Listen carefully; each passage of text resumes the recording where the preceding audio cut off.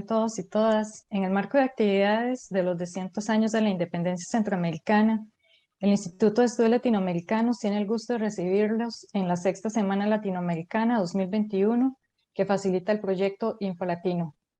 Desde ámbitos del pensamiento latinoamericano, los derechos humanos y la educación para la paz, ejes del trabajo investigativo del IDELA, el propósito principal de este evento es abrir espacios a conocimientos diversos y extender reflexiones aún más allá del ámbito académico mediante un diálogo de saberes. La Semana Latinoamericana 2021 se celebrará desde el pasado lunes 25 de octubre hasta el 5 de noviembre del presente año y se integra a partir de 22 eventos académicos, culturales y comunitarios. En esta Semana Latinoamericana se nos unen destacados y destacadas especialistas nacionales e internacionales, y entre sus cátedras recibiremos importantes tópicos tales como etnolingüística, patrimonio cultural, historia colonial, prácticas del buen vivir, migración y exilio, atención a grupos en riesgo y poblaciones vulnerables, feminismo territorial y gestión comunitaria desde varias miradas latinoamericanas, así como un retrato cultural artístico por la memoria del bicentenario de las independencias centroamericanas. Además, es imperativo recordar que este espacio acoge la participación de estudiantes de la Universidad Nacional, así como a personas integradas de la comunidad nacional que harán pública próximamente muestras de sus trabajos literarios. Agradecemos a todas las personas que nos acompañan entonces el día de hoy su especial interés por aliarse en estas nuevas maneras de autodescubrimiento, de mirar el mundo, de plantearse retos y de vivir el ser latinoamericano.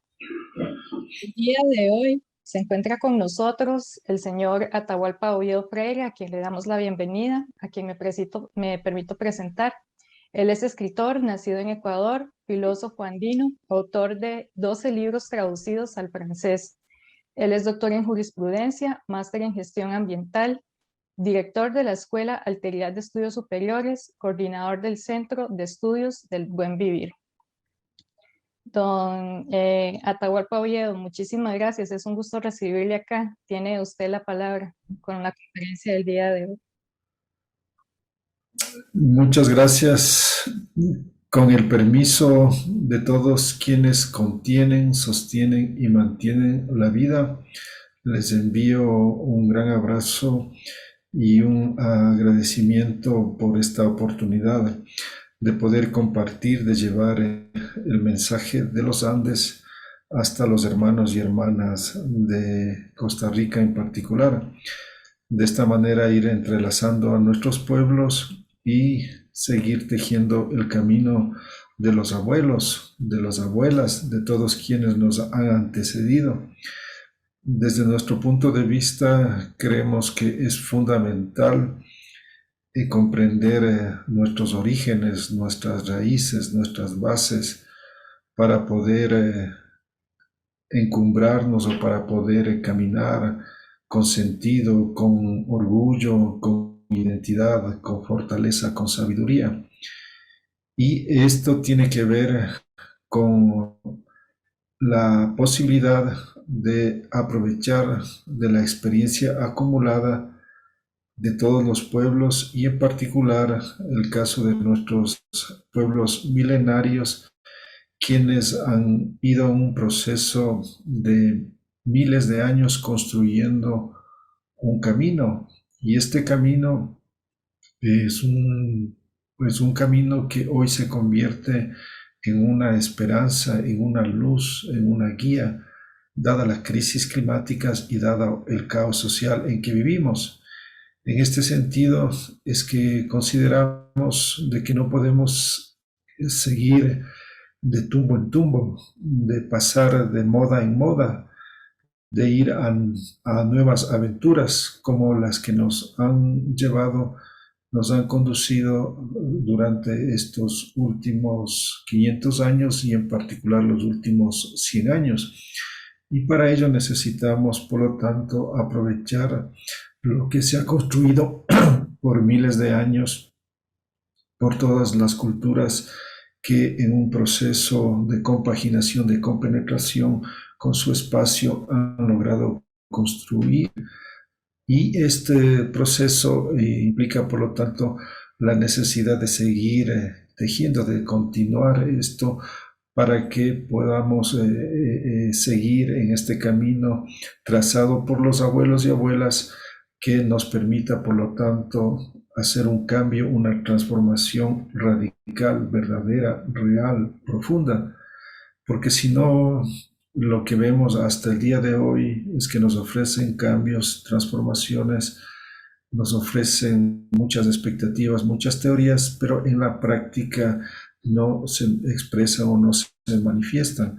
Entonces seguimos en lo mismo, nos seguimos dando con la misma piedra y no hay cambio, que es lo que demanda la madre tierra, que demanda la humanidad, que demanda toda la vida, dada la situación en la que nos encontramos, de esta situación en donde la sobrevivencia de la especie humana está en entredicho, es decir, está en peligro.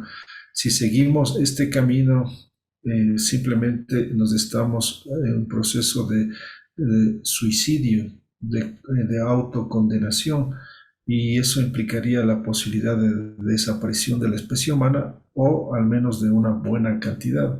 Esto ya no es una teoría, ya no es una creencia, es una verdad, está comprobada a pesar de los negacionistas, que son un pequeño grupo. Lo real y lo concreto es que estamos en ese camino, en ese proceso.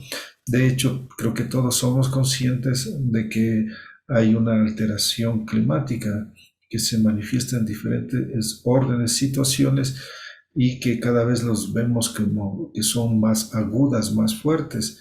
Entonces esto nos da dando pautas de que es cierto, es verdadero este proceso, y que por lo tanto necesitamos dar un giro real, no nuevas ilusiones, nuevas expectativas, y como consecuencia quedarnos dándonos la vuelta en lo mismo, porque al final lo que sucede eso es que nos quedamos simplemente en cambios formales y en última instancia estamos girando sobre la misma situación.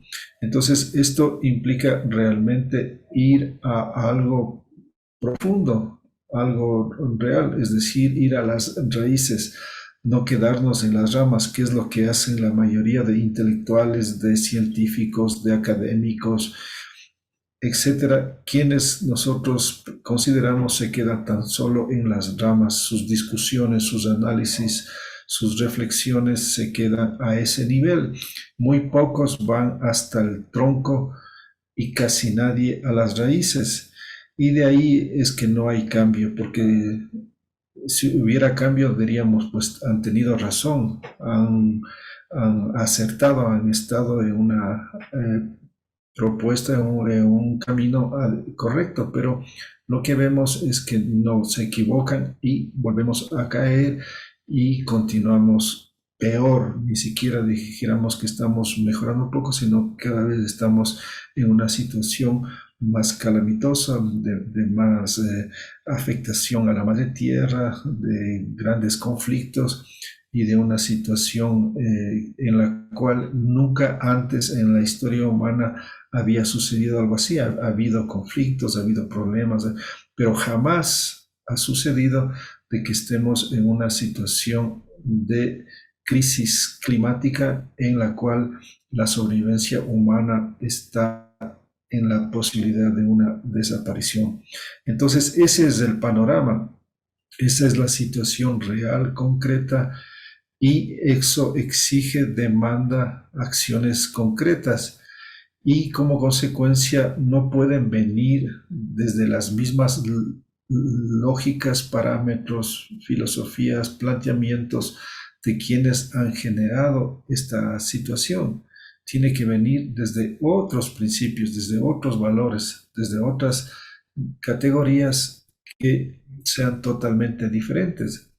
Y esto tiene que ver con una sabiduría acumulada de aquellos pueblos que han ido descubriendo su caminar a través de esa relación con la madre tierra, con el cosmos, con toda la naturaleza, entendiendo que ahí está el secreto, ahí está el misterio, es decir, comprender que en la vida está toda la conciencia, toda la inteligencia, que no está en los libros, que no está en las bibliotecas, sino que está en la vida. Y esta vida tiene sus leyes, tiene sus normas, tiene sus mecánicas, sus particularidades. Entonces, los pueblos milenarios supieron identificar, supieron entender cuál era el funcionamiento, cuáles eran las reglas, los principios que establecían este sistema llamado vida, y lo que hicieron es aplicarlo a una forma humana, es reproducir lo que ha hecho la naturaleza a una vida humana, así de simple y de concreto. Entonces, ¿qué quiere decir? Que hubo un momento en donde se rompió esta dinámica, donde se afectó este proceso de vida en una forma de compaginación, de interrelación con la madre tierra, y ya no, ya dejó de ser vista como una madre tierra, como una madre proveedora, generadora, sino que pasó simplemente a ser un objeto, pasó a ser una cosa, hasta llegar a ser una mercancía, en donde hoy se la vende y se la explota en toda forma y en todo sentido. Cuando antes tenía una visión de madre, tenía una categoría, una dimensión, se la cuidaba, se la respetaba, porque ¿quién puede destruir a su madre? Entonces, ¿qué pasa? Que estamos en una situación en donde hemos procedido a realizar un matricidio, a matar a nuestra madre, a la que nos da la vida, a la que nos sostiene, a la que nos da de comer, a lo que nos da todo. ¿Quién puede vivir por sí mismo? ¿Quién puede comer, actuar sin la madre tierra? Nadie.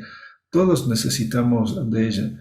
Entonces, este es un concepto fundamental e importante, el de concebir a la tierra como una madre. Es decir, no puede ser una metáfora, no puede ser una idea, no puede ser simplemente una palabra. Tiene que ser una actitud, una posición, una manera de ser y de existir. Entonces, cuando vemos así, y de la misma manera que a nuestra madre biológica la cuidamos, la valoramos, si tenemos esa misma referencia, esa misma dimensión, esa misma posición hacia este planeta, pues tendríamos otra actitud, tendríamos otra forma de relacionarnos con ella. Entonces el problema es el tipo de relación que tenemos. ¿Cuál es esa relación? Entonces hoy tenemos simplemente una relación económica, política. No hay una relación espiritual, no hay una relación afectiva, no hay una relación consciente, sino es una relación de utilización, de cosificación, de manipulación. Y como consecuencia, pues hay una respuesta, hay una reacción, y es lo que estamos viviendo. Entonces, ¿qué quiere decir? Que hay un momento antes y un momento después. Ese momento antes es aquellos pueblos que estaban en esa compaginación con la naturaleza, viviendo dentro de sus categorías, dentro de sus parámetros, y después se produce una ruptura, un quiebre, un giro en el cual se hace este proceso de deslindarse, de separarse, a pretexto de que la naturaleza es salvaje, de que la naturaleza está en un estado inferior. Platón es el primero que declara la inferioridad de la naturaleza. Hace 2500 años, él anota, señala de esta característica en la cual supuestamente el hombre, ni siquiera la mujer, sino el hombre, que era el proveído de la razón, estaba en un estado superior a la naturaleza, considerada también como femenina, considerada también hasta esa época como la madre tierra, que tenía esa connotación de femenina, por lo tanto no estaba proveída de razón, era irracional, igual que todo lo femenino, por ende las mujeres. Entonces desde ahí las mujeres han tenido hasta el día de hoy esa condición de no considerarlas que están en un estado de razón, que están manejadas por la intuición, por la sensibilidad, por el romanticismo, por cualquier forma que no implique la razón. Entonces, este proceso de ataque, de perjuicio hacia todo lo que implica las manifestaciones femeninas en diferentes expresiones, fue minimizada, desvalorizada. Y recién después de todo este tiempo es que se quiere retomar ese principio y se quiere valorar a todo lo femenino y entre ellos también a la madre tierra. Entonces, esa es una condición que se le denomina el patriarcado, en la cual todo lo femenino quedó subyugado, minimizado, desvalorizado hasta el día de hoy y que nos ha conducido como consecuencia a este matricidio, a esta afectación en donde los hijos de la tierra no han podido convivir en respeto, en concordancia, en cuidado, en reciprocidad, en complementariedad, con eso que llamamos naturaleza. Es más, la palabra naturaleza la crearon también los griegos, porque hasta antes no había una distancia, una separación en decir, hablar como ahora hablamos de seres humanos, naturaleza, con distanciamiento, con separación. Todos los pueblos del mundo hasta esa época se entendían parte de la naturaleza, miembros, otra expresión, otra manifestación, hasta que surge esta idea de separarse, distanciarse y de establecer esta categoría de superior e inferior, en donde se establece que los hombres tienen la única condición, la única capacidad de la inteligencia. Entonces hemos creído hasta hace poco que los únicos inteligentes eran los seres humanos. Pero ahora ya sabemos, si por ejemplo hacemos referencia a las últimas investigaciones que han hecho los biólogos con respecto a la inteligencia de los árboles, ellos han demostrado que ellos se comunican entre ellos. Han confirmado, han verificado que los árboles no solo que tienen 5 sentidos como nosotros, ellos tienen 20 sentidos, 15 sentidos más que nosotros. Ellos también han confirmado de que todo el árbol está compuesto de neuronas, es decir, que todo el árbol es un gran cerebro. En cambio, nosotros solamente tenemos en nuestra cabeza las neuronas. Entonces eso, por ejemplo, ya nos da la dimensión, la característica de que estamos en un mundo inteligente, en una tierra inteligente, y que todo eso es la que provee y mantiene nuestra vida. Si nosotros no nos alimentáramos de inteligencia, ¿cómo podríamos vivir? No es que nos alimentamos simplemente de químicos o de vitaminas, sino de una inteligencia que está ahí y que eso hace posible nuestra vida, que nos da las características, las condiciones para poder tener esta vida. Entonces, esta separación, esta división, esta ruptura que se hace de la madre tierra y esta declaración de inferioridad de todo lo femenino y todo lo que conlleva después un proceso de cosificación, de instrumentalización, para dividirla, para fragmentarla, para generar la conquista como medio de vida, como instrumento y fin de la existencia, que ese es el propósito de lo que hoy vivimos, es decir, el propósito, la intención es acumular más territorios, acumular más recursos naturales, como ellos denominan.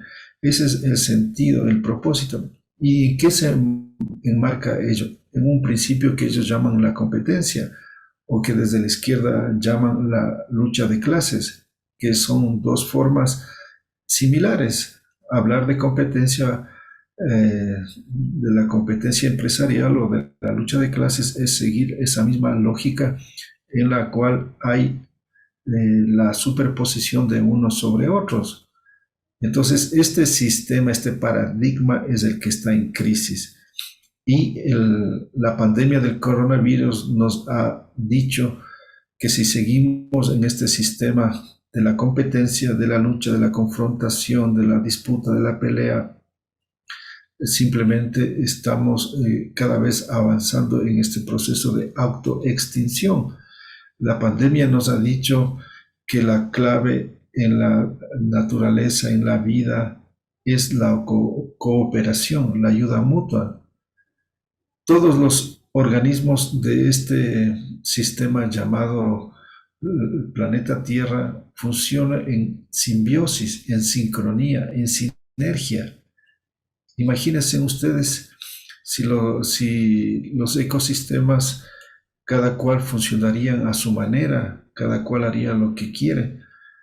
Todos están funcionando en complementariedad, en correspondencia, en sentido de ayuda, de cooperación. Y eso hace posible la vida. La vida es eso. Si no se entiende cómo es que este ser humano civilizado dice que se cree el más inteligente de todas las épocas, de todas las humanidades, si no es capaz de comprender esto, algo tan simple que lo que funciona y hace posible la vida es la cooperación.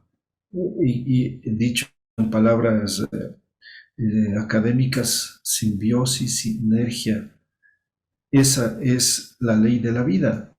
Entonces, si no hay un mundo en esas condiciones, si no hay una humanidad que pueda guiarse, orientarse y poder establecer un sistema que funcione dentro de esas categorías, pues no merece vivir, simplemente tiene que desaparecer. Esa es la condición en la cual siempre se ha establecido en la vida. Pues quien no puede estar en esa condición, pues se enferma. ¿Qué son las enfermedades? Procesos en los cuales esa persona no ha tenido la capacidad, la condición de vivir en armonía, en equilibrio y se enferma. Entonces tenemos ahora una sociedad enferma, un mundo enfermo porque no puede vivir y como consecuencia de ahí la cantidad de enfermedades o la misma expresión de la pandemia del COVID que nos está indicando, señalando de que esta humanidad ha roto ese equilibrio y por consecuencia está permitiendo que los virus que existen en la naturaleza, que son propios, por ejemplo, de ciertas plantas o de ciertos lugares que necesitan convivir, han saltado a la vida humana y como consecuencia toda la afectación. Y eso nos llama, por lo tanto, a asumir una responsabilidad. ¿Cómo es que podemos seguir siendo tan irresponsables y no asumir un compromiso y no ir al fondo para actuar y resolver esta situación? Entonces, ¿qué pasa? Que hay intereses políticos, económicos, fundamentalmente, bajo los cuales hoy estamos viviendo. No hay un sentido de cooperación, sino un sentido de acumulación, un sentido de simplemente preocuparse por un proyecto personal. Entonces no estamos en un mundo de solidaridad, de cooperación, sino estamos en un mundo individualista, egoísta. Por lo tanto, necesitamos ir a un sistema comunitario, de comunidad, que implica este estado de lo común, de ese acto de comunión en cada instante, en cada momento de nuestra vida. Entonces, eso es lo que ahora se convierte en una alternativa, en un horizonte. Pues hasta hace unos 20 años atrás, lo único que nos daban como esperanza, como posibilidad para toda la humanidad es vivir dentro de un sistema capitalista en donde el capital es la base, el centro de la vida, o nos proponían el socialismo y el comunismo como un sistema en el cual decían el ser humano tiene que ser el centro.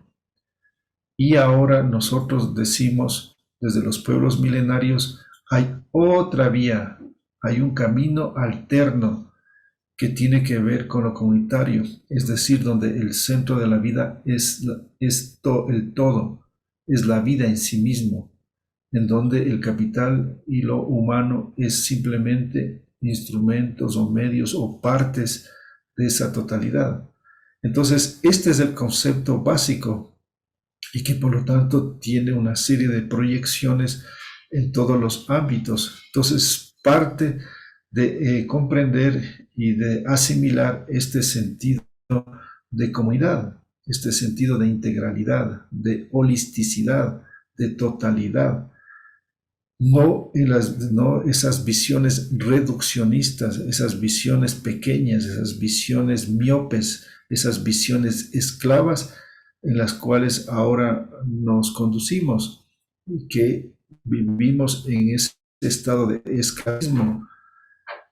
Hoy se nos ha hecho creer que estamos en una condición de haber alcanzado un estado de libertad. Esa es el dogma o esa es la creencia, pero en realidad hemos alcanzado el clímax del esclavismo. En un momento de la historia surgió, cuando se produce lo que señalábamos al principio, este quiebre, esta ruptura con la madre tierra, con todo lo femenino, con todo lo que implica esa comunión con la madre tierra, se produce un estado de esclavismo. Empieza una forma a través de la cual se comienza a dominar a una serie de poblaciones y surge esto que se denomina el esclavismo. Entonces, este esclavismo se va a ir perfeccionando a través de estos años. En este proceso va a ir alcanzando nuevos niveles, nuevas proporciones, hasta llegar a este momento en donde hemos llegado al estado máximo de la esclavitud, en la cual el esclavo ya no sabe que es esclavo. Antes sabía que era esclavo y buscaba cambiar esta situación. El esclavo moderno no lo sabe. Más bien cree que se está autorrealizando. Considera de que esta forma esclava es el mecanismo, el medio, el instrumento para su autorrealización. Es decir, ha perdido toda la noción de lo que significa un estado de armonía, un estado de equilibrio, y simplemente funciona y es un engranaje y es una pieza y es una cosa y es un objeto del mercado, del consumo, de la acumulación, de cualquier forma que implica una dependencia. Somos una sociedad de la más dependiente que ha habido en toda la historia de la humanidad. Dependencia a las redes sociales, dependencia al dinero, dependencia a la comida, dependencia al sexo, dependencia, etcétera, etcétera. De ahí la cantidad de enfermedades, de aquí la cantidad de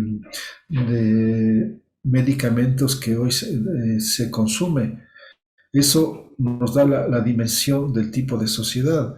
Una sociedad, mientras más enferma, es una sociedad decadente.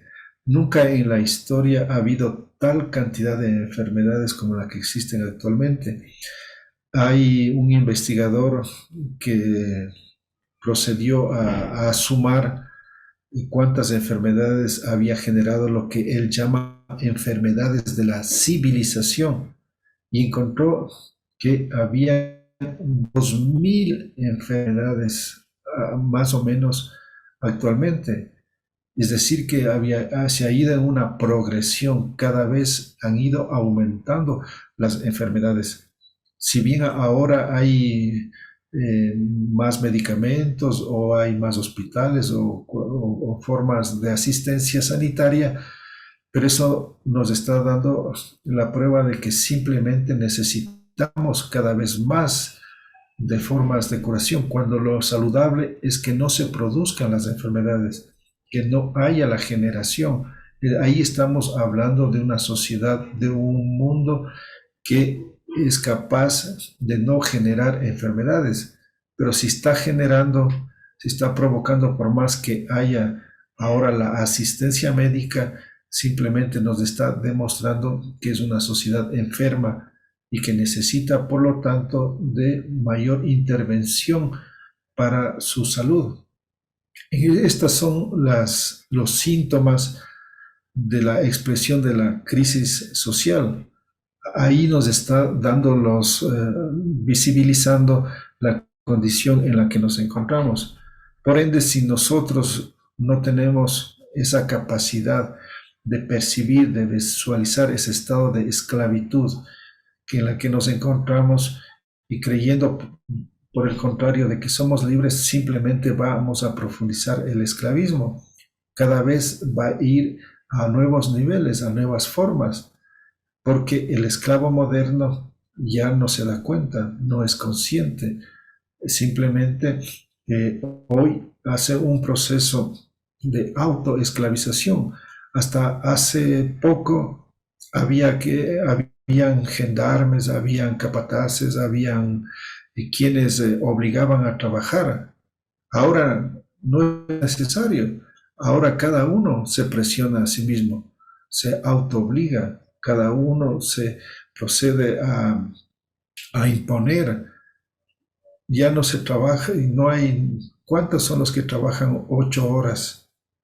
La mayoría trabaja 10, 12, 14 horas porque tienen que buscar cómo ganarse más el pan de cada día, cómo obtener mayores títulos, cómo ganar más puestos. Entonces estamos cada vez esclavizados, cada vez más dependientes, cada vez con menos tiempo, con menos posibilidades para vivir, porque nuestro camino se convierte simplemente en destinar cantidad de horas para simplemente dedicar la vida a trabajar y trabajar, como que ese era el propósito o el sentido de la vida. Entonces, en eso estamos. De ahí que hemos llegado a los casos en donde hoy se mueren por exceso de trabajo. Hoy existen datos alarmantes en el mundo, especialmente en los países llamados industrializados, en donde el nivel de muerte por exceso de trabajo es impresionante. ¿Quién les obliga? Nadie, ellos mismos se autoimponen. Entonces, esa es una grave situación, una alarma que ustedes pueden revisar en las redes sociales o en internet y poner cuál es el porcentaje de muertes por exceso de trabajo. ¿Cómo hoy existe esa situación que no se había dado antes? Y peor, que sea impuesta, que autoimpuesta, es decir, que cada persona se impone a sí mismo laborar en exceso. Y eso nos ha llevado a una serie de enfermedades cardíacas coronarias, que es otro de los síntomas. Hoy la mayoría de personas que mueren en el mundo son por enfermedades de tipo coronario. Ese es el síntoma. Entonces, eso es lo que se llama civilización. Es lo que denominan como que hemos alcanzado ese nivel de desarrollo, de progreso. Pero lo que en realidad ha sido es un desarrollo y un progreso al esclavismo, a la muerte, a todos estos procesos que nos están destruyendo. Entonces, este suicidio mundial es un acto de libertad o es un acto de esclavismo. Es por eso la reflexión que hacen hoy no muchos, unos pocos filósofos que se han dado cuenta o han tomado conciencia de que estamos en un proceso de autoesclavización, de autoenclaustramiento, de autodependencia, es decir, de todas las formas de autodominación en la cual cada cual se somete a sí mismo y sin la necesidad de que alguien afuera lo haga. Entonces, ¿cómo se ha llegado a esto? Por una serie de creencias que empezaron hace más de 2000 años, cuando se hace esa ruptura con la naturaleza y entramos en este proceso de cosificación, hasta llegar a este momento donde ya existen personas que tienen una condición de zombies, que funcionan como robots, que son presas del mercado. que no pueden vivir sin las redes sociales, sin la tecnología, y eso es algo catastrófico. Hoy el ser humano simplemente es un algoritmo. Hoy simplemente las redes sociales ponen en marcha los algoritmos y nos establecen y nos condicionan y nos determinan y nos conducen. ¿Eso es un estado de libertad o es un estado de esclavismo? Iba a decir de salvajismo. También podríamos decir un estado, realmente eso no sería un estado salvaje. Una persona que ha perdido su propia condición, su propia autonomía y que es presa del mercado. Y el marketing le va diciendo qué comer, cómo vestirse, qué pensar. Entonces, ¿dónde está la libertad? ¿Dónde está la autonomía? Cada uno simplemente está funcionando a lo que le va determinando, a lo que le va diciendo el mercado. Le dice qué tiene que hacer, qué tiene que estudiar, qué tiene que aprender, es decir, solo le da posibilidades, opciones dentro de sus objetivos de acumulación de riqueza. Eso es el propósito. ¿Cuál es otro propósito va a tener? ¿Cuál otro sentido? Entonces, ante todo este panorama es que surge una vía alterna que le denominamos buen vivir. Así como existe estas vías, la vía que se llama la vía de la derecha y la vía de la izquierda, que nos presentan como caminos, como posibilidades, como anzuelos, entonces surge otra vía, hay otro camino, otra esperanza, otra expectativa. Y esa es lo que señalábamos que es el camino comunitario, ese camino de la cooperativa, de la asociación, de la aldea, como expresión y forma que puede generar la posibilidad de un cambio real y profundo. Entonces, este camino surge hace alrededor de unos 20 años atrás en una forma teórica, en una forma académica, en una forma política para dar sentido, para darle una propuesta, para darle una alternativa a la humanidad. Y es que así vamos tejiendo este proceso milenario, adaptándole a la realidad actual, a la realidad de este momento.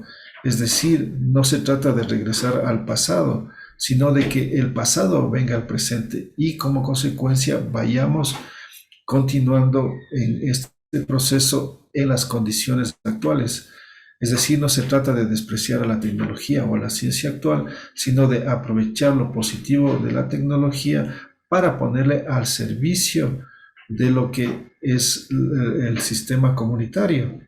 Entonces, este modelo, este camino que le hemos dado buen vivir, tiene esa intención de convertirse en una forma, en un instrumento, en un medio que pueda hacer algo de raíz, que no se quede en las ramas como hasta ahora, sino que pueda ir al fondo, a la estructura, a la base. ¿Y eso qué implica? El replantear, el reformular todos los valores y creencias que nos han conducido a esta situación, que hoy, con la cual hoy nos manejamos. Entonces, por ejemplo, para que vayamos aterrizando, hablemos, por ejemplo, de la democracia. ¿Qué es la democracia? El gobierno de las mayorías sobre las minorías, es decir, hay alguien que está arriba y otro que está abajo, pero que en última instancia es el gobierno de un individuo.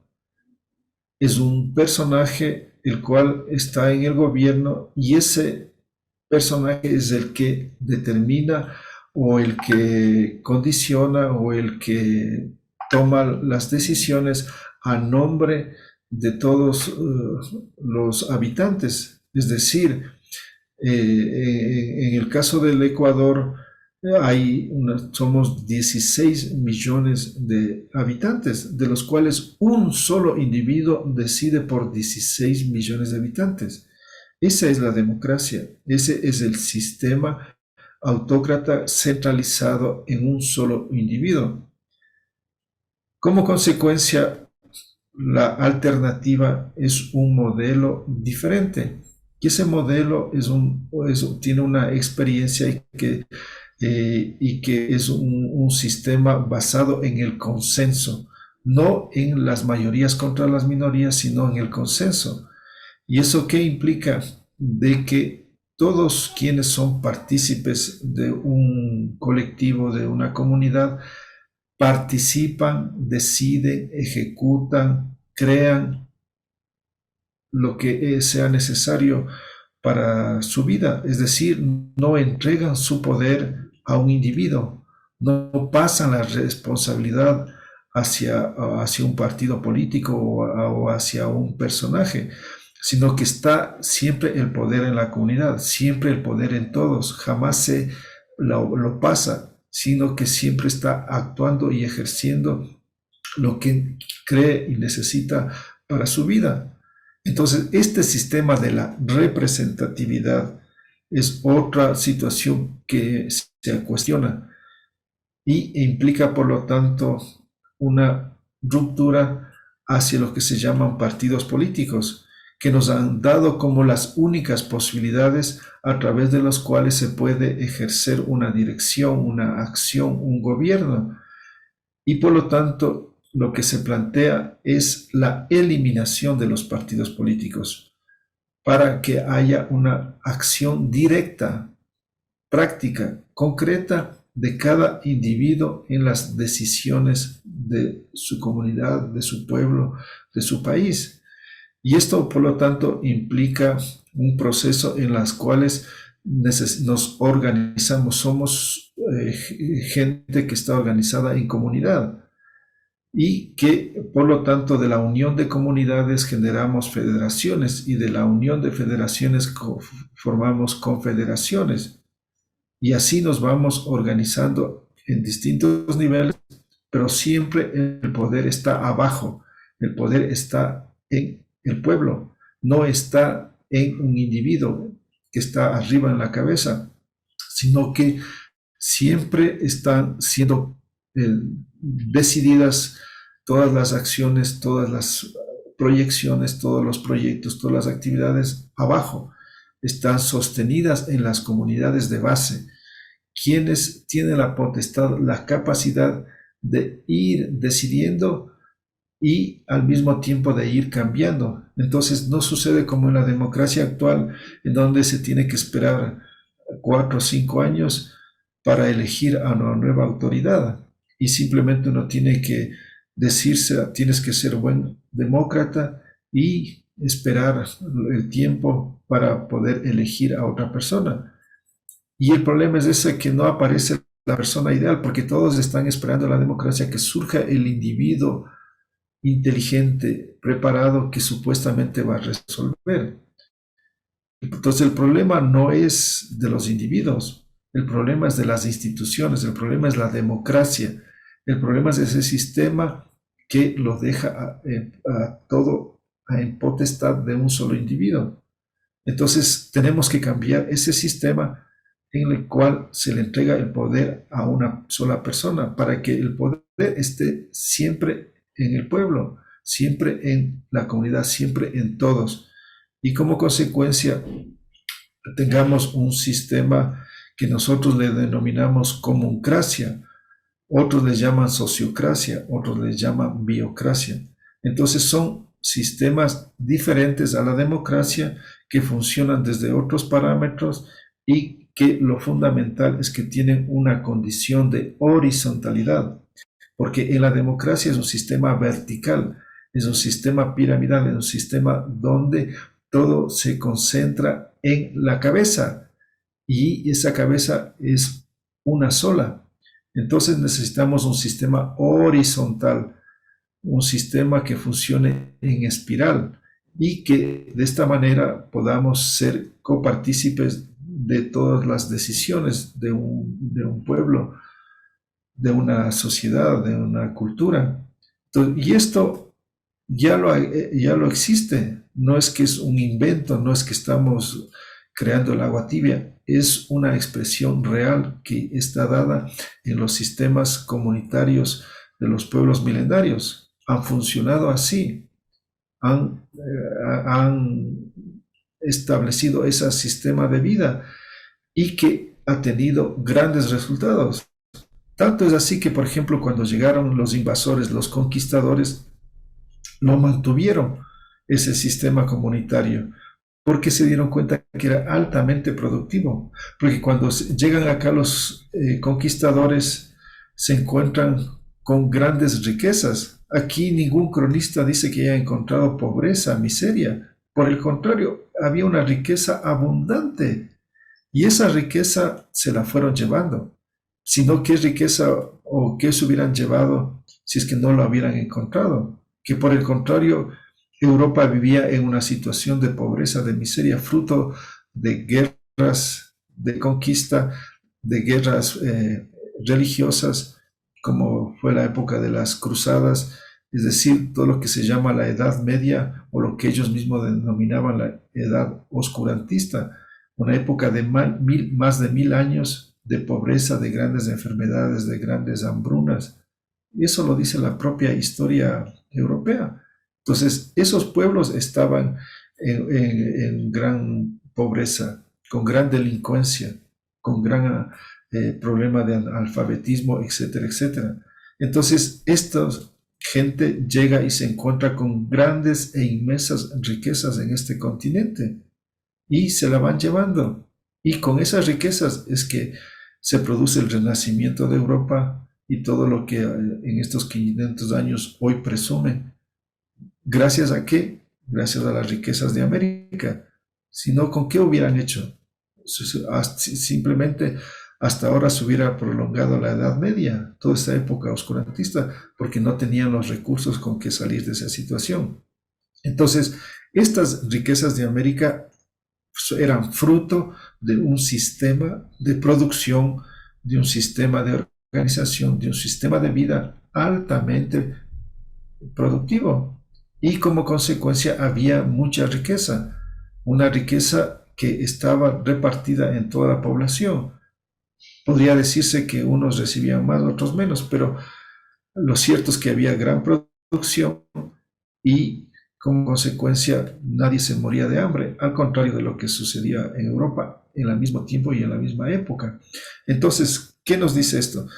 Que hay un sistema experimentado, hay un sistema que ha sido, que está comprobado, que está ahí vivo y como consecuencia tenemos algo en que sostenernos y no la idea de ir a nuevas experiencias, a nuevas aventuras que simplemente, como hemos señalado, nos conduce a estar como los perros locos dándose las vueltas tratando de agarrarse el rabo, así como esos animales enloquecidos que están encerrados y que no tienen la posibilidad de estar, de vivir en la naturaleza, sino que están encerrados y terminan locos y se están ahí dando las vueltas tratando de agarrarse la cola. Ese es nuestro sistema, esa es la sociedad en la que nos encontramos y como consecuencia hemos perdido el horizonte.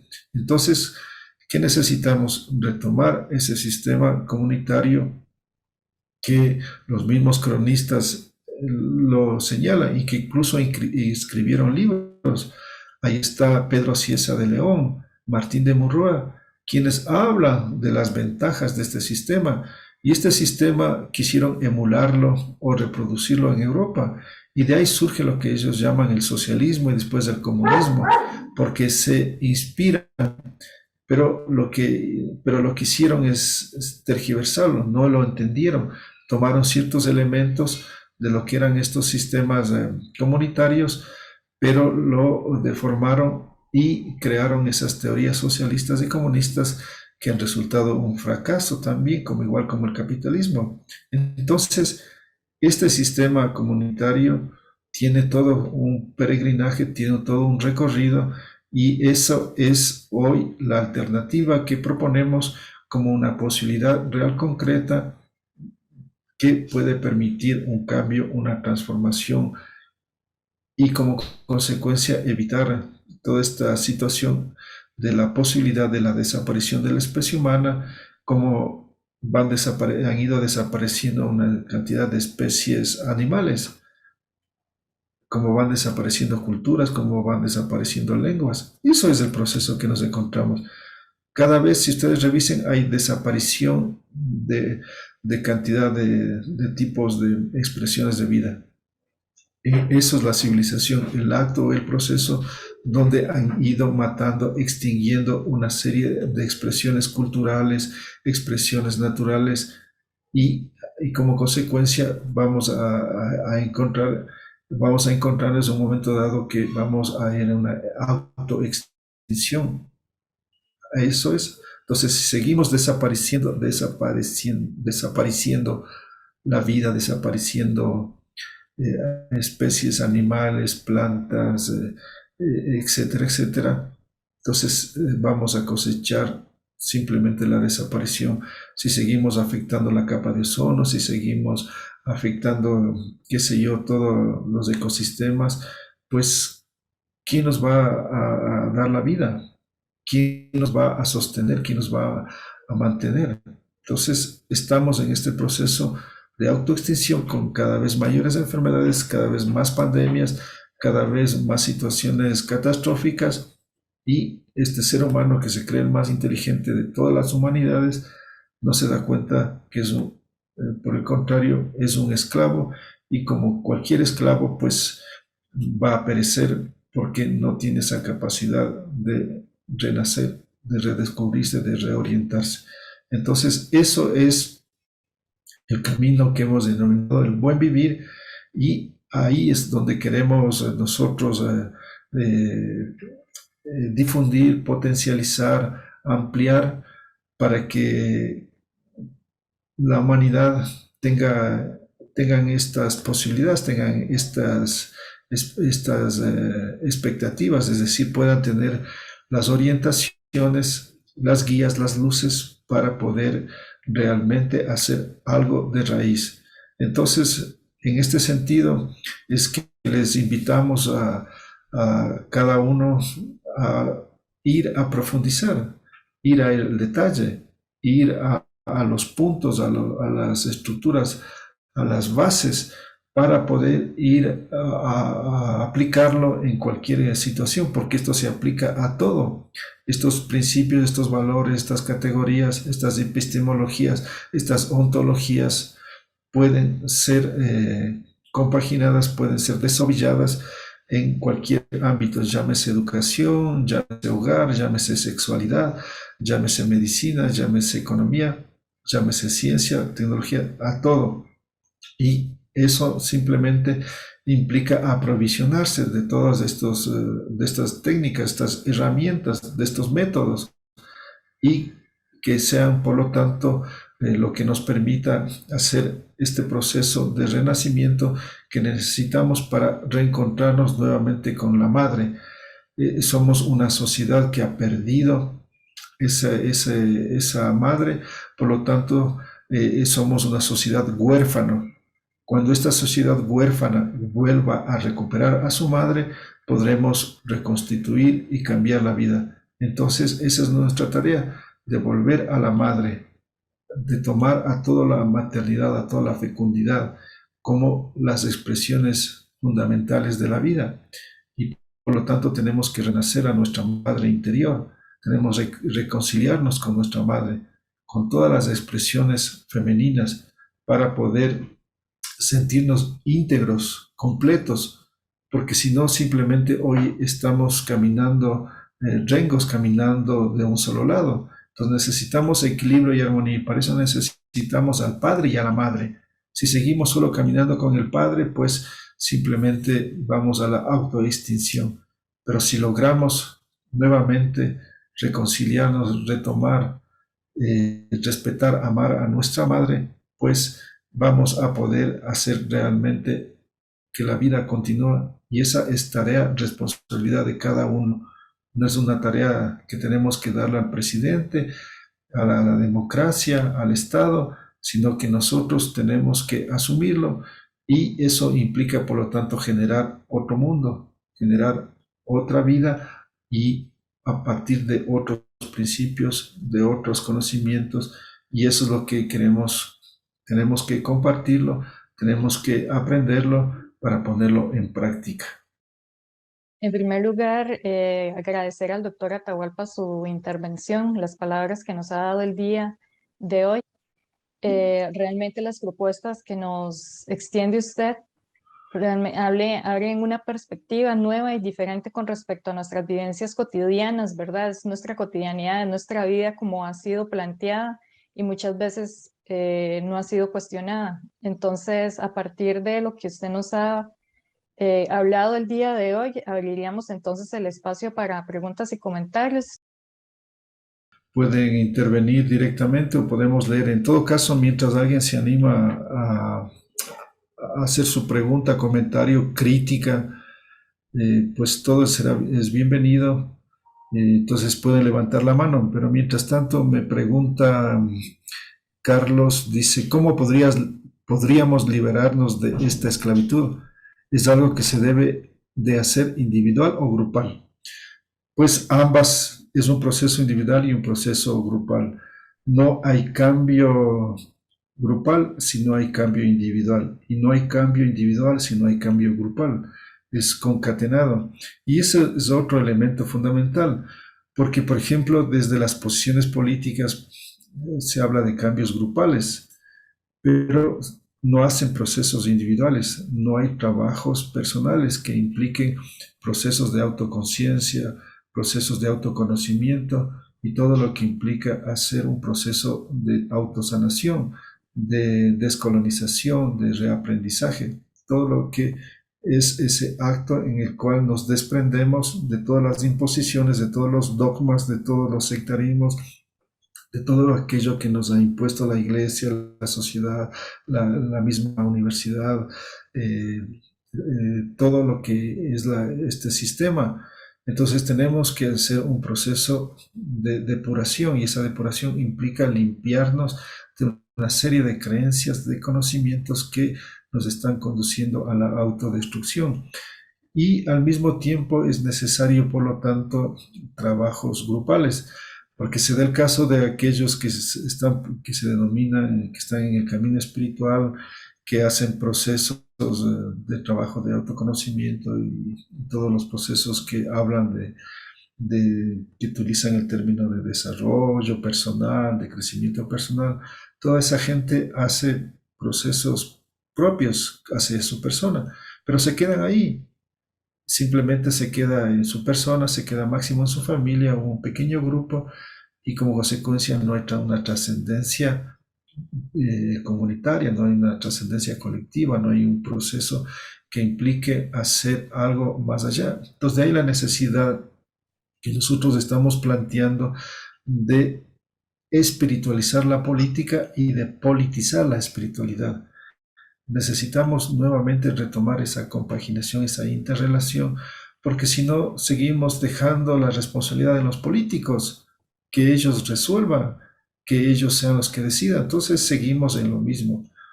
O nos quedamos en el problema simplemente de preocuparnos de nosotros. Entonces eso es una actitud individual, egoísta, en donde simplemente estamos queriendo resolver nuestras situaciones personales y no tenemos una comprensión, una actitud comunitaria que implica pensar en el todo, pensar que no solamente hay que pensar en la comunidad de seres humanos, sino en la comunidad de las plantas, en la comunidad de los animales, de todos los seres que hacen la vida. Entonces, esa es la comunidad de la vida. No, entonces trasciende esa visión antropocéntrica, esa visión simplemente individualista, egoísta de pensar en el ser humano, para tener una dimensión, una proyección, una perspectiva integral, una visión de totalidad. Entonces tenemos que salir de esa visión miope, de la visión anoréxica en la cual hoy vivimos, que es esa visión pequeña, esa visión reducida. Entonces tenemos que retomar una visión cósmica, holística, profunda, total, y como consecuencia es necesario un camino en doble vía, de ida y vuelta entre lo individual y lo grupal, entre lo particular y lo comunitario. Entonces, hoy estamos simplemente en un mundo individualizado, un mundo de esclavos individuales, de esclavos atrapados cada cual en un medio, en un sistema, en una situación. Entonces, esos esclavos aislados no pueden hacer cambios, tienen que reunirse, pero lo primero es darse cuenta que son esclavos y este es el proceso individual. Si la gente no se da cuenta y dice, en verdad, hemos llegado a un estado de esclavismo sutil, de un esclavismo mayor, un esclavismo perfecto. Si no nos damos cuenta de eso y después no hacemos procesos grupales para generar proyectos colectivos, proyectos comunitarios, entonces no vamos a lograr los cambios. Es por eso que han fracasado las izquierdas y las derechas.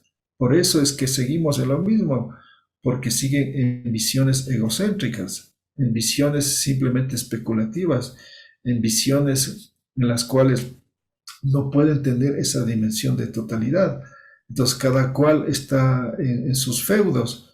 Entonces por las feministas ahora están caminando por su lado, los LGTBI por otro lado, los animalistas, los ecologistas y así cantidad. Y necesitamos una interseccionalidad, necesitamos una compaginación, una dimensión de totalidad para actuar. Y eso implica, por lo tanto, salir de estas visiones individualistas, neoliberales, eurocéntricas que nos manejan hoy en día.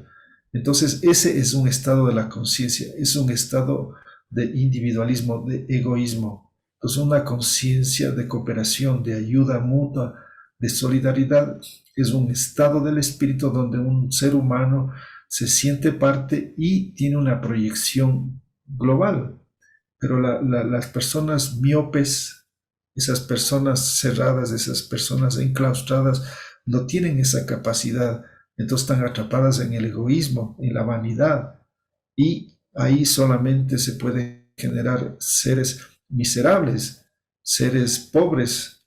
Y lo que necesitamos es seres profundos, seres amorosos, seres totales. Y ese es un proceso personal para poder transmitir, para poder iluminar, para poder guiar, para poder desprender en cada acto de nuestra vida hacia todos los que encontramos en nuestro camino. Y en ese proceso ir generando proyectos grupales, como por ejemplo hoy nosotros estamos promoviendo las ecoaldeas. Las ecoaldeas son grupos de familias que deciden asociarse y que en un territorio replantean todas las formas de vida, donde ya no están imaginando, teorizando, especulando sobre el hombre nuevo, la nueva humanidad o cualquiera de esas categorías, sino que ya están viviendo el hombre nuevo, la nueva sociedad, ya están viviendo la nueva humanidad. Entonces, ¿qué han hecho?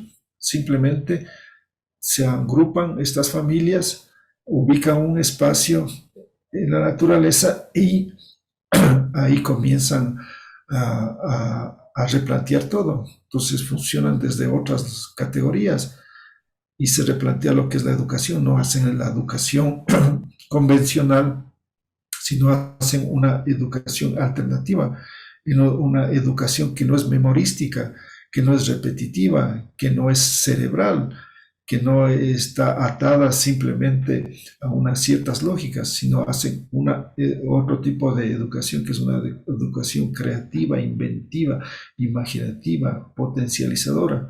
Entonces hacen otro tipo de escolaridad, hacen otro tipo de producción. Por ejemplo, en la agricultura hacen agroecología, hacen permacultura, en la arquitectura hacen bioconstrucción, en la democracia, digamos, en la organización no practican la democracia, sino la sociocracia. Y así han reformulado todo. En cualquier forma, en cualquier espacio, en cualquier dimensión, la ecoaldea funciona desde otros parámetros. ¿Y cuál es su inspiración? Los sistemas comunitarios milenarios. Ahí se inspiran, no están especulando, sino que se fundamentan en este tipo de experiencias milenarias y lo aplican a la gente urbana, a la gente que no ha tenido la oportunidad de vivir en comunidad, entonces generan esos espacios y lo denominan ecoaldeas y ahí se convierten en las posibilidades, en las experiencias, en las vivencias concretas donde ya se está plasmando y generando un nuevo mundo, una nueva humanidad. Muchas gracias, doctor Atahualpa. Yo quería darle unas acotaciones aquí. Son varias. Si quieren empezamos por esto. Primero sobre la dualidad, ¿verdad? Esa correspondencia de mundos opuestos que se refiere el eminente origen mítico del Pachacuti. Y sobre la posibilidad, sobre ella, ¿verdad? Que existe de la naturalidad, de la aceptación inminente del destino y la posibilidad también que existe, ¿verdad? Sobre el pensar, transformar desde la parte crítica, ¿verdad? Y generar conciencia a través de eso. Eso es una. Si quieren empezamos por esa. Ya, gracias. Eh, Hace 500 años, nuestros abuelos, y lo dice un cronista que se llama Jerónimo de Mendieta, que él escribe un libro que se llama Eclesiástica Indiana, en el cual él dice, anota en su libro, que por cierto recién fue publicado 300 años después. Por 300 años no les interesó a la corona española ni a todos los poderosos el publicar este libro. Entonces recién en México fue publicado luego de 300 años de ser escrito, porque él es un cronista de la época que llegó hace más de 500 años. Entonces, este libro es muy interesante en varios niveles porque nos da otra dimensión de lo que sucedía y no las visiones antojadizas que hoy se nos cuentan.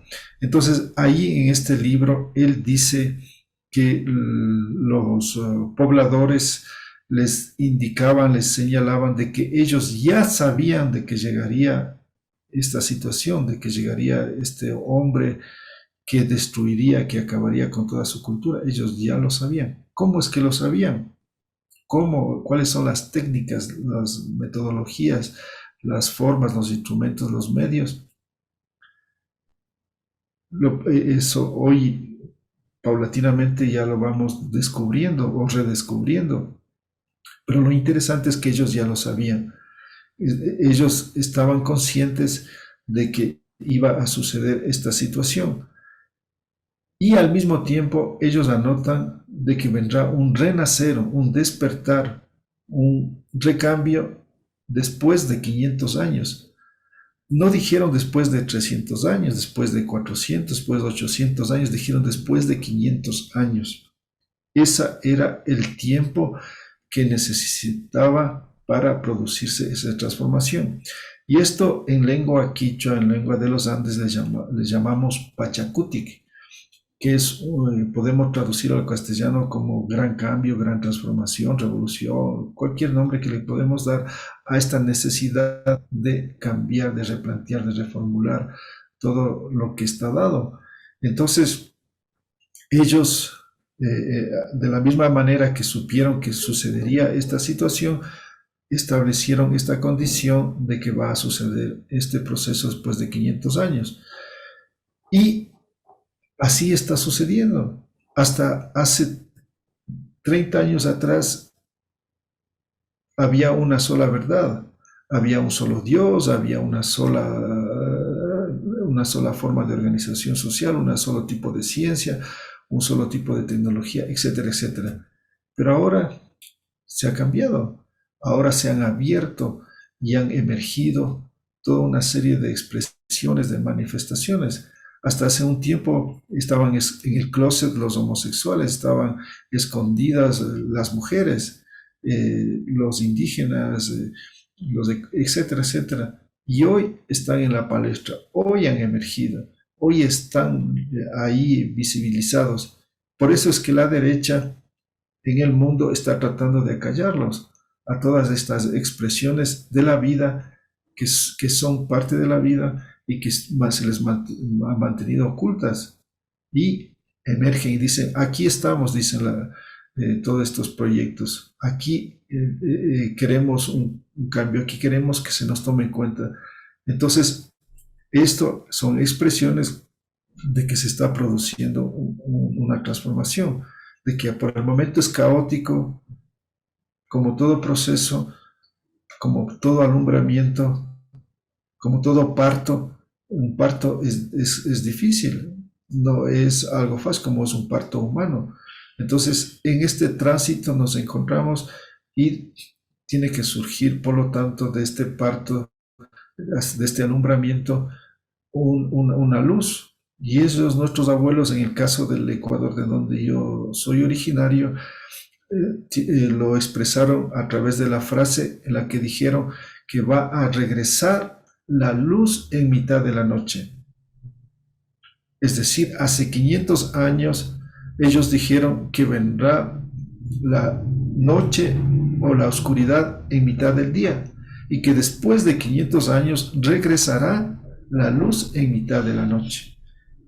Esas son las metáforas o las expresiones de cómo sintetizaron y expresaron en estas bellas palabras esta noción de lo que es el renacer, el despertar.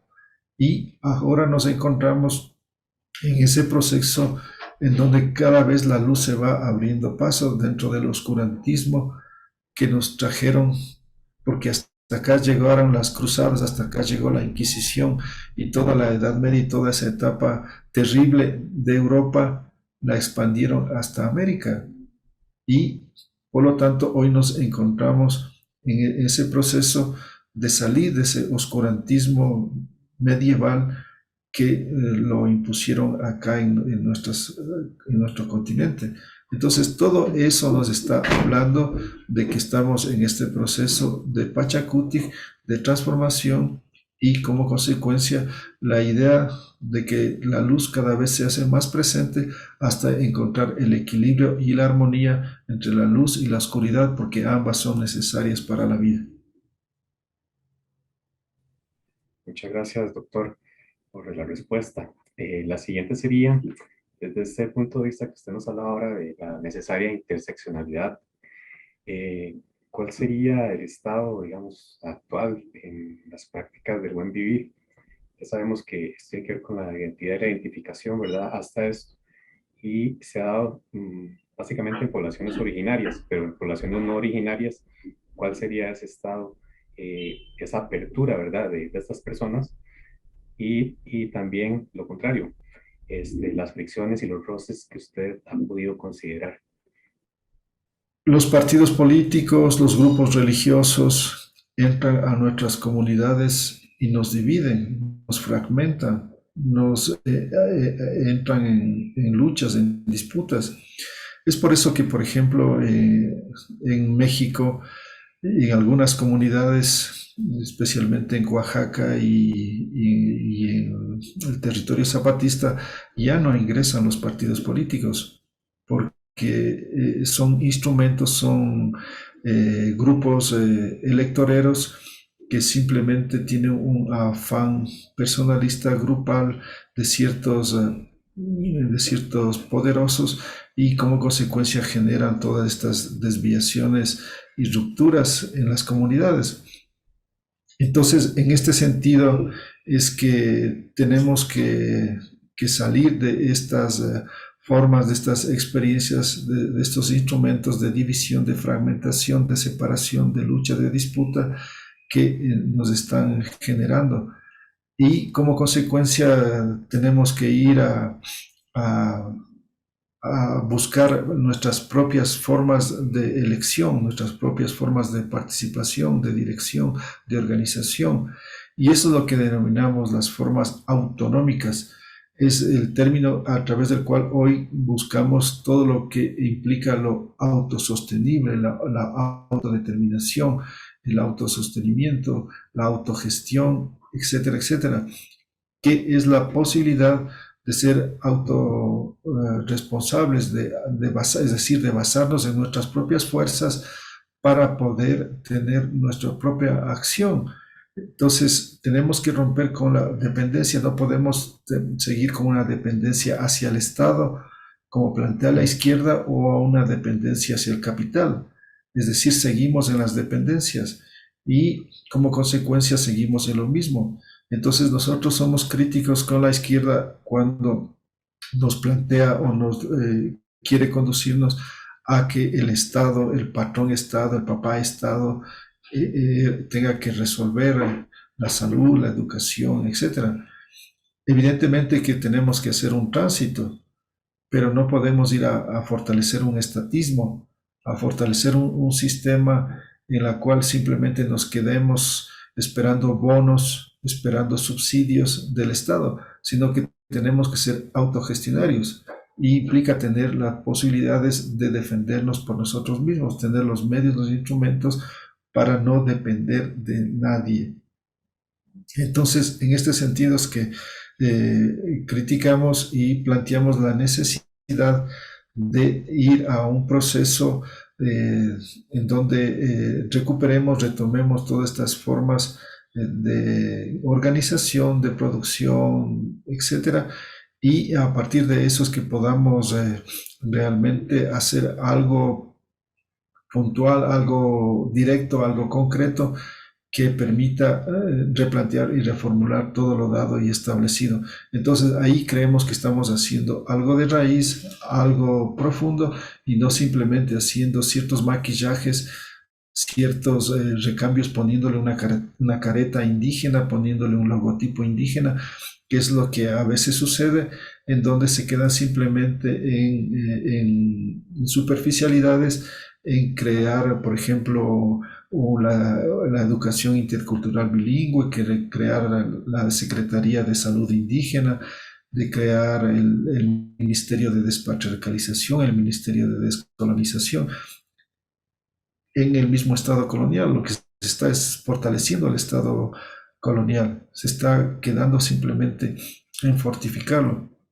Y lo que necesitamos es algo afuera, es decir, el cambio viene desde abajo y desde afuera. Este es un principio fundamental a comprender, porque si seguimos desde adentro y desde arriba, creyendo que los cambios van a venir desde la toma del poder, llegando arriba y creyendo que desde ahí vamos a hacer los cambios, pues nos vamos a seguir dando con la misma piedra.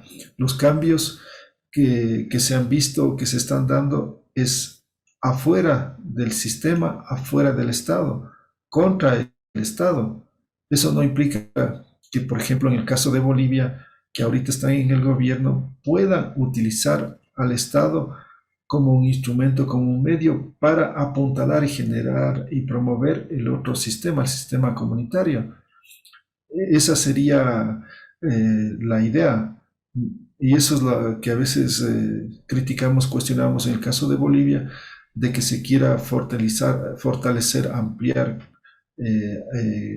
mejorar, digamos, el Estado, cuando el Estado es un Estado que por sí mismo es un Estado colonial, es un Estado represor, es un Estado dominador.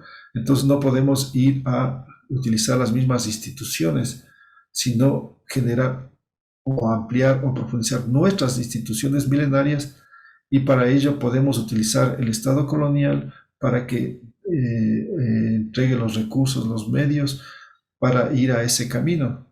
Entonces no se trata de fortalecer el capitalismo, no se trata de fortalecer el estatismo, sino de fortalecer lo comunitario.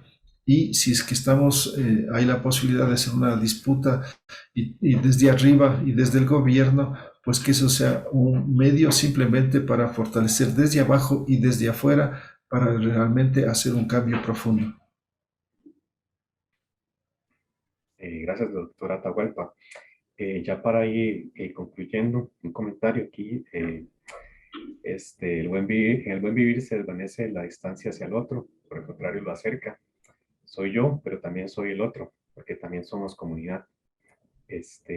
Y doctor, si también tenemos un interés, de cómo se hace para ir a su centro de estudio, ¿verdad? Si reciben pasantes, si pudiera dar esa información. Se habrán dado cuenta que durante mi exposición siempre hablo desde el nosotros, no casi nunca he dicho yo, siempre hablo nosotros, pensamos, nosotros creemos, nosotros proponemos, y esa es una forma de ser y de existir. Es decir, yo me siento como simplemente un portavoz de la comunidad, me siento simplemente como un intermediario de una serie de saberes y conocimientos. Entonces no tengo una visión egocéntrica, individualista, de creerme que yo soy el potentado, el iluminado, el ascendido, sino que soy simplemente un instrumento, un medio de nosotros, de la comunidad, de la totalidad. Entonces, eso es un giro, un cambio profundo, porque he comprendido que simplemente tengo que ser un canal para muchas voces. Entonces, eso es salir de esa intelectualidad egocéntrica, vanidosa, que se cree que tiene la verdad, que tiene la potestad, que tiene la decisión. Y otra cosa es simplemente tener la humildad, la sencillez para sentirse un instrumento, un medio de la vida. Y como consecuencia de esta manera poder ir generando estas formas en donde uno se va convirtiendo en un motivador, en un facilitador, un impulsor. No es el maestro, no es el iluminado, no es el gurú, no es el gran intelectual, sino que es un ser, un individuo que se convierte simplemente en un motivador, en un generador, en un provocador, y por lo tanto establece una nueva forma de relación y como consecuencia de educación. Entonces, en este sentido es que nosotros hemos creado lo que llamamos la escuela alteridad, en la cual buscamos que toda la población pueda tener acceso a altos estudios. Hoy normalmente estos conocimientos están restringidos a una élite que por un lado tiene que tener títulos de tercero o cuarto nivel para acceder a una formación de máster o de doctorado, y por otro lado que tiene que tener recursos económicos suficientes para poder cubrir un tipo de formación de tercero y cuarto nivel. Entonces lo que hemos pensado es justamente que tenemos que romper con eso y abrir esto a todo el mundo. Es decir, que no necesariamente les conduzca la motivación del título, sino que la motivación sea un aprendizaje, una formación. Y como consecuencia nosotros diseñamos diplomados y maestrías abiertas en la cual cualquier persona puede acceder, no necesita ningún título, y tampoco los precios son altos, son precios básicos para poder simplemente cubrir los costos de esta actividad.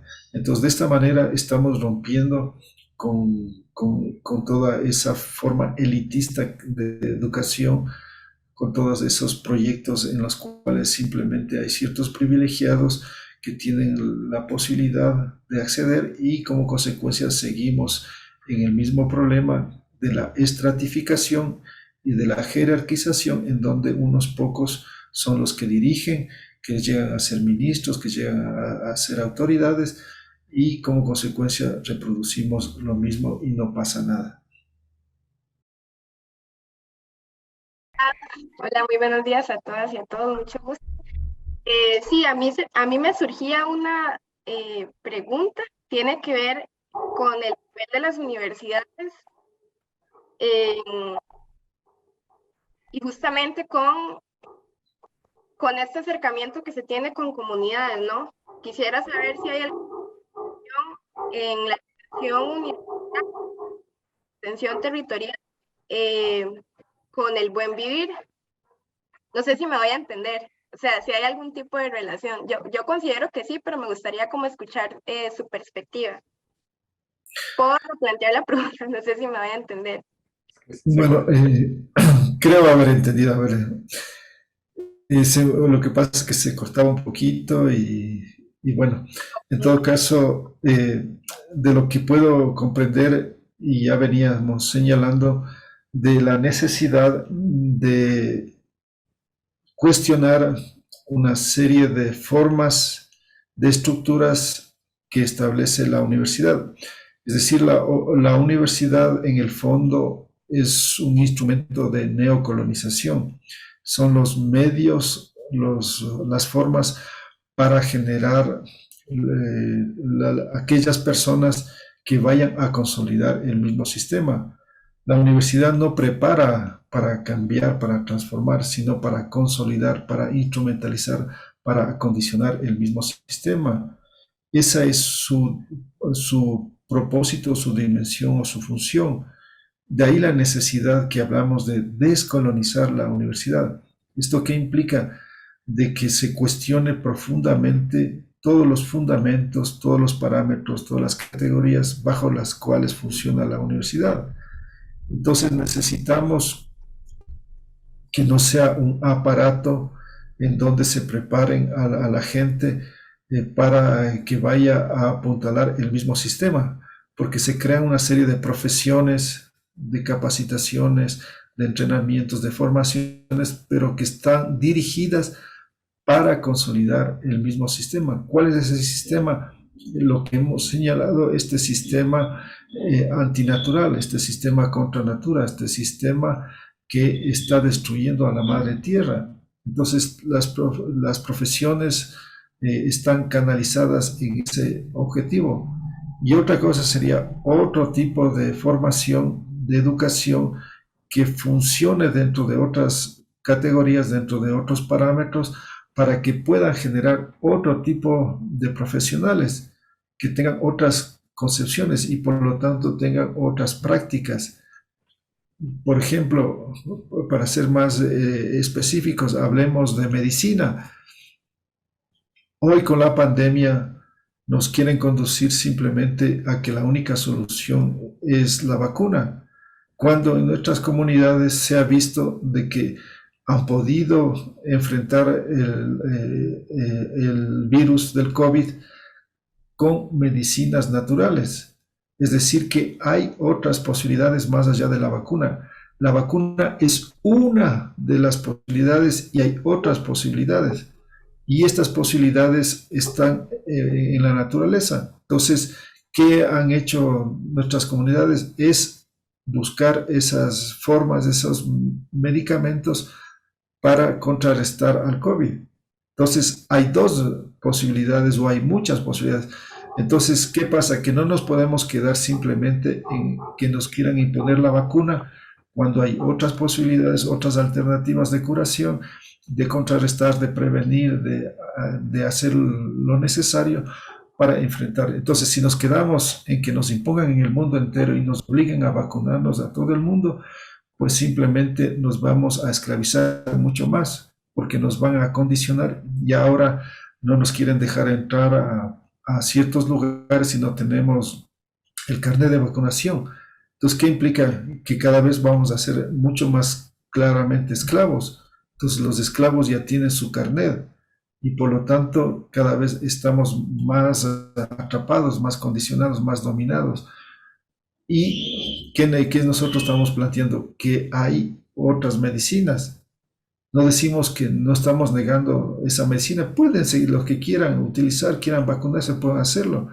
Pero lo decimos, a la gente decimos, hay otras posibilidades de protección, de cuidado, de sanación. Y esas son las medicinas alternativas. Entonces, eso hay que profundizar, eso hay que enseñar. Y eso es urgente y necesario para poder entender de que hay otras vías, otros caminos y no solamente los que se nos quieren presentar como las únicas verdades. Entonces, hay una sabiduría en nuestros pueblos milenarios en nuestros pueblos ancestrales, y ahí tenemos que tomarlo como un referente, como una guía, una orientación para poder lograr los cambios que todos anhelamos. Muchas gracias, doctor. Creo que ya estamos con las preguntas. De parte del Instituto de Estudios Latinoamericanos y en este caso también del curso de la profesora Marcela Ramírez de Estudio y Desarrollo en América Latina y sobre todo también de la Semana Latinoamericana. Ha sido un honor, ¿verdad?, escucharlo, que nos haya regalado estas palabras y esperamos que no sea la última vez tampoco. Eh, el espacio sigue abierto tanto para usted, para personas, ¿verdad?, que han experimentado estas filosofías latinoamericanas, y de eso se trata, compartir nuestros saberes y llegar a extender estas buenas prácticas que nos hacen ser cada vez mejores seres humanos, porque de eso se trata, compartir en la comunión, ¿verdad?, en la comunidad, y desligarnos de todas estas formas de esclavitud que existen. Entonces, de parte mía también, le agradezco mucho, y a todos los estudiantes presentes y a todos los que nos han visto. Para finalizar, un comentario de las redes sociales de María Oliva, que dice que sin estados, sin fronteras, ni jerarquías. Muchas gracias por compartir alternativas a estos modelos caducos que nos esclavizan en libertad. Entonces, de mi parte, muchas gracias, y nos veríamos en la siguiente actividad de esta tarde en la Semana Latinoamericana. Sí, muchas gracias también. Estaré muy feliz, muy honrado de poder seguir compartiendo. Pues si necesitan, si quisieran, pues estamos ahí siempre muy gustosos, muy abiertos a poder seguir caminando. Esa es la tarea, la misión de vida que hemos tomado.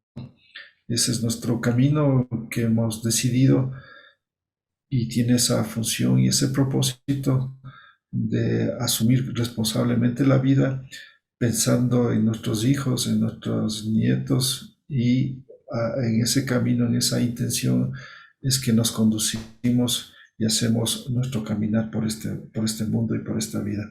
Así que un abrazo, muchas gracias y hasta la próxima.